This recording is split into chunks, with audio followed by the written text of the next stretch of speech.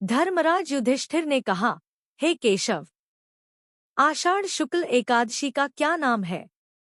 इस व्रत के करने की विधि क्या है और किस देवता का पूजन किया जाता है?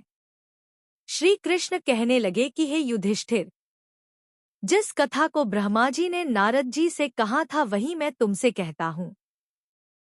एक बार देवऋषि नारद जी ने ब्रह्मा जी से इस एकादशी के विषय में जानने की उत्सुकता प्रकट की। तब ब्रह्मा जी ने उन्हें बताया, सतयुग में मांधाता नामक एक चक्रवर्ती सम्राट राज्य करते थे। उनके राज्य में प्रजा बहुत सुखी थी, किंतु भविष्य में क्या हो जाए यह कोई नहीं जानता। अतः वे भी इस बात से अनभिज्ञ थे कि उनके राज्य में शीघ्र ही भयंकर अकाल पड़ने वाला है। उनके राज्य में पूरे 3 वर्ष तक वर्षा न होने के कारण भयंकर अकाल पड़ा। इस अकाल से चारों ओर त्राहि मच गई।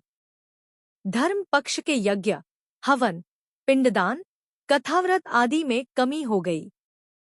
जब मुसीबत पड़ी हो तो धार्मिक कार्यों में प्राणी की रुचि कहाँ रह जाती है। प्रजा ने राजा के पास जाकर अपनी वेदना की दुहाई दी। राजा तो इस स्थिति को लेकर पहले से ही दुखी थे। वे सोचने लगे कि आखिर मैंने ऐसा कौन सा पाप कर्म किया है जिसका दंड मुझे इस रूप में मिल रहा है। फिर इस कष्ट से मुक्ति पाने का कोई साधन करने के उद्देश्य से राजा सेना को लेकर जंगल की ओर चल दिए। वहां विचरण करते करते एक दिन वे ब्रह्मा जी के पुत्र अंगिरा ऋषि के आश्रम में पहुंचे और उन्हें साष्टांग प्रणाम किया। ऋषिवर ने आशीर्वचनोपरांत कुशल क्षेम पूछा। फिर जंगल में विचरने व अपने आश्रम में आने का प्रयोजन जानना चाहा। तब राजा ने हाथ जोड़कर कहा, महात्मन, सभी प्रकार से धर्म का पालन करता हुआ भी मैं अपने राज्य में दुर्भिक्ष का दृश्य देख रहा हूँ। आखिर किस कारण से ऐसा हो रहा है? कृपया इसका समाधान करें। यह सुनकर महर्षि अंगिरा ने कहा, हे राजन, सब युगों से उत्तम यह सतयुग है। इसमें छोटे से पाप का भी बड़ा भयंकर दंड मिलता है। इसमें धर्म अपने चारों चरणों में व्याप्त रहता है।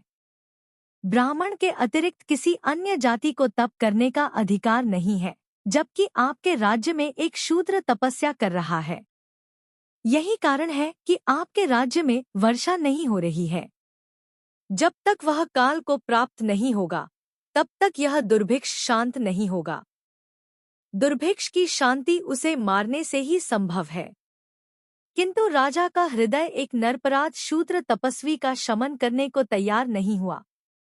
उन्होंने कहा, हे देव, मैं उस निरपराध को मार दूं, यह बात मेरा मन स्वीकार नहीं कर रहा है। कृपा करके आप कोई और उपाय बताएं। महर्षि अंगिरा ने बताया, आषाढ़ माह के शुक्ल पक्ष की एकादशी का व्रत करें। इस व्रत के प्रभाव से अवश्य ही वर्षा होगी। राजा अपने राज्य की राजधानी लौट आए और चारों वर्णों सहित पद्मा एकादशी का विधिपूर्वक व्रत किया। व्रत के प्रभाव से उनके राज्य में मूसलधार वर्षा हुई और पूरा राज्य धनधान्य से परिपूर्ण हो गया।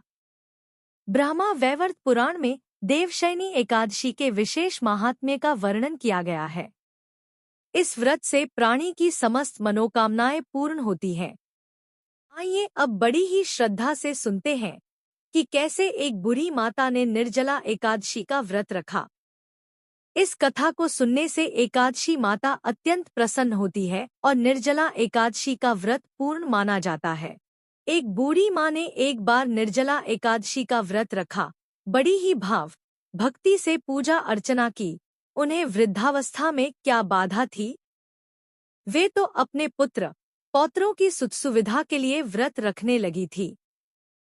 वे दिन भर तो जरा कठोर मन करके अपनी प्यास को रोके रही। दिन में पूजा पाठ किया, कथा सुनी और पंडित जी को मिट्टी के पात्र में भरकर पानी और ऋतुफल दान में दिए। दोना भर भर कर बूरा वितरण किया। उन्हें गर्मी के कारण बहुत बेचैनी हो रही थी।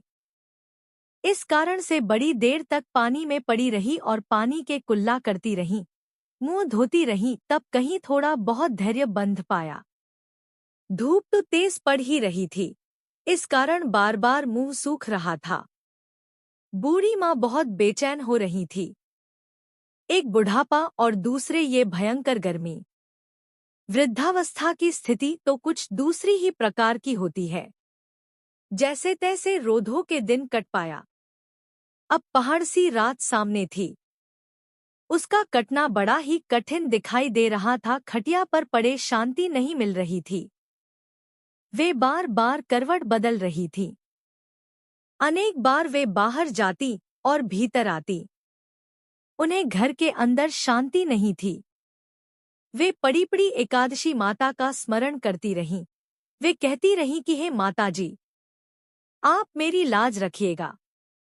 आप ही मुझे शक्ति दे दीजिएगा, जिससे मैं भलीभांति आपका व्रत कर सकूं और ये पहाड़ सी रात शांतिपूर्वक व्यतीत हो सके। प्यास के कारण बूढ़ी माँ की बेचैनी तो बढ़ ही रही थी। उन्होंने धैर्य रखने का बहुत प्रयास किया, किंतु सहनशीलता की सीमा टूट गई और वे घबराकर एकदम चिल्ला पड़ी।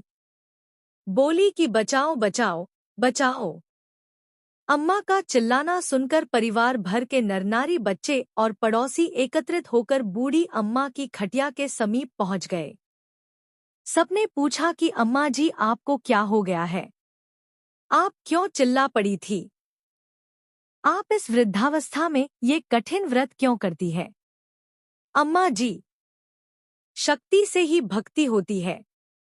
थोड़ी ही देर में वे फिर से बोली कि अरे, हमारे तो प्राण ही निकले जा रहे हैं।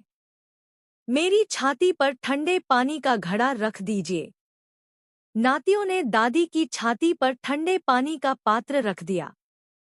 तब कहीं उन्हें थोड़ा बहुत आराम मिला और थोड़ी देर के लिए उन्होंने अपनी आंखें बंद कर ली। एकादशी माता ने सोचा कि ये बूढ़ी अम्मा है तो बहुत कठोर, जरा जाकर उसकी परीक्षा लेना चाहिए। वे आधी रात को मुर्गा बनकर टेर लगाने लगी। मुर्गा की आवाज सुनकर दादी जल्दी से उठीं और बाहर जाकर आसमान की ओर देखा, किंतु आसमान में कहीं उन्हें प्रातःकालीन तारा दिखाई नहीं दिया। वे सोचने लगी कि ये मुर्गा क्यों और कैसे बोल गया है। उन्हें प्यास तो बढ़ ही रही थी। थोड़ा बहुत उनका मन भी विचलित होने लगा था, किंतु अंत में उन्होंने दृढ़ निश्चय किया कि मैं अब व्रत को पूर्ण करके ही छोड़ूंगी, चाहे भले ही मेरे प्राण निकल जाए। ये सोचकर फिर वे खटिया पर शिथिल होकर लेट गई। थोड़ी ही देर में एकादशी माता ने उनकी फिर से परीक्षा लेनी चाहिए। एक छोटी सी बालिका एक गिलास में शरबत लेकर उनके सिरहाने खड़ी हो गई और जोर से बोली कि दादी जी, सवेरा हो गया है, आप हाथ मुंह धोकर शरबत पी लीजिएगा।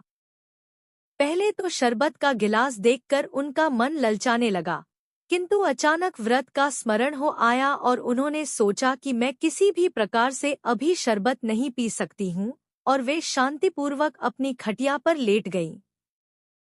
फिर थोड़ी ही देर में उन्हें ऐसा लगा कि जैसे किसी ने उन्हें पानी के कुएं में पटक दिया हो। वे बड़ी देर तक उस कुएं में हाथ पांव चलाती रहीं, किंतु उन्होंने अपने मुंह में पानी की एक बूंद भी नहीं जाने दी और वे दृढ़तापूर्वक अपना व्रत पालती रहीं। थोड़ी ही देर में न जाने कहां से सामने आग जलने लगी, जिससे भारी गर्मी बढ़ने लगी। प्यास के कारण प्राण निकलने लगे, किंतु बूढ़ी अम्मा का कुछ भी नहीं बिगड़ पाया। वे जहां की तहां मुस्कराती हुई सी बैठी रही। थोड़ी ही देर में बाहर प्रकाश दिखाई देने लगा। ऐसा लगा कि जैसे सवेरा हो गया हो। बूढ़ी अम्मा ने जब बाहर निकलकर देखा तो समझ गईं कि अभी सवेरा होने में 3-4 घंटे की देरी है। यह जानकर वे शांतिपूर्वक इधर-उधर घूमने फिरने लगी। एकादशी माता ये बात अच्छी तरह से समझ गई कि ये बूढ़ी अम्मा किसी भी प्रकार से अपने व्रत से नहीं टल सकती है। वे उनके सत्यव्रत को अच्छी तरह से समझ गईं। सवेरा होते ही बूढ़ी माँ ने स्नान किया, भगवान का पूजन पाठ किया, एकादशी माता की कथा सुनी, ब्राह्मणों को दक्षिणा देकर भोजन कराया। तब कहीं उन्होंने जल ग्रहण किया। कन्याओं को भोजन कराने के बाद अम्मा ने भोजन किया। उस श्रेष्ठ व्रत के प्रताप से बूढ़ी अम्मा की आयु में वृद्धि हो गई। उनका घर परिवार हरा भरा हो गया। घर में अब उनके कोई अभाव नहीं रहा। वे हर तरह के सुख साधनों से संपन्न हो गई। नाती नातिनों से उनका घर भर गया और वे उसी दिन से 12 महीने की एकादशी का व्रत करने लगी। एकादशी माता के व्रत के प्रताप से इस संसार में हर प्रकार के सुख भोग कर अंत में वैकुंठ धाम को चली गईं। ऐसा है तुरंत फल देने वाला एकादशी माता का व्रत। उसी समय से संपूर्ण उत्तर भारत में यह व्रत प्रारंभ हो गया और लोगों के दुख दारिद्र्य दूर होने लगे। कलयुग में यह व्रत अधिक प्रभावपूर्ण है। वीडियो पसंद आया तो वीडियो को लाइक करके चैनल को सब्सक्राइब कर ले, क्योंकि इस चैनल पर आपको ऐसे हाई वीडियोस मिलते रहते हैं। कमेंट बॉक्स में जय श्री कृष्णा लिखना ना भूले।